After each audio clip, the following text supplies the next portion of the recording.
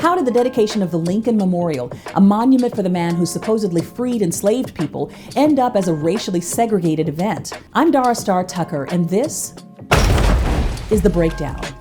100 years ago, on May 30th, 1922, the nation gathered to dedicate a memorial to Abraham Lincoln. Black Americans had been taught to honor and revere Lincoln as the president who gave his life to free enslaved people. It would be decades before they learned that the truth wasn't quite so clear-cut. But 57 years after the end of the Civil War, white Americans had successfully crafted an alternate narrative around why the war happened. Southern heritage groups like the Sons of Confederate Veterans and the Daughters of the Confederacy had conducted a successful campaign to remove slavery from the conversation about the war. After 50 years of lost cause propaganda, it was viewed by most white Americans as an unfortunate disagreement between mostly white men over economic concerns. The nation had just been through what came to be known as the Red Summer in 1919, where white supremacist mob attacks against the black community had killed hundreds of people across the country. Washington, D.C. had endured 4 days of racial violence. Add to that the Tulsa Race Massacre in 1921, and you start to get an idea of just how volatile the climate was. So after decades of misinformation around the role that slavery played in the Civil War, and with a renewed rise in white mob violence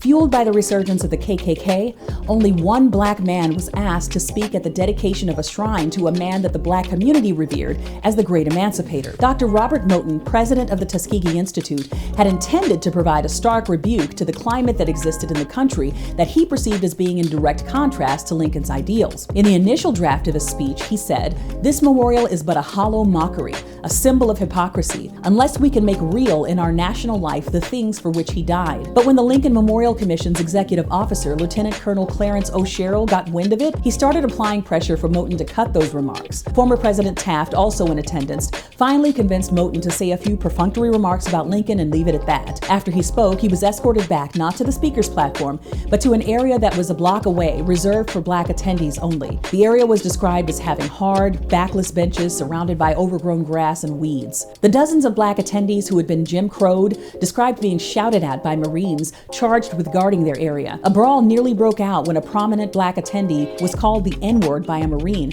when he didn't immediately take his seat. 30 black attendees walked out of the event in protest. While making his remarks, former President Warren G. Harding declared, "Abraham Lincoln will be remembered not as the president who freed the slaves, but as the president who kept the Union together." The black press was completely outraged by the ceremony. History was being altered before their very eyes. 17 years later, in 1939, contralto Marian Anderson performed a historic concert for a mixed audience at that very place. 24 years after that, in 1963, the Lincoln Memorial would be host to one of the most iconic civil rights demonstrations that the nation would ever experience.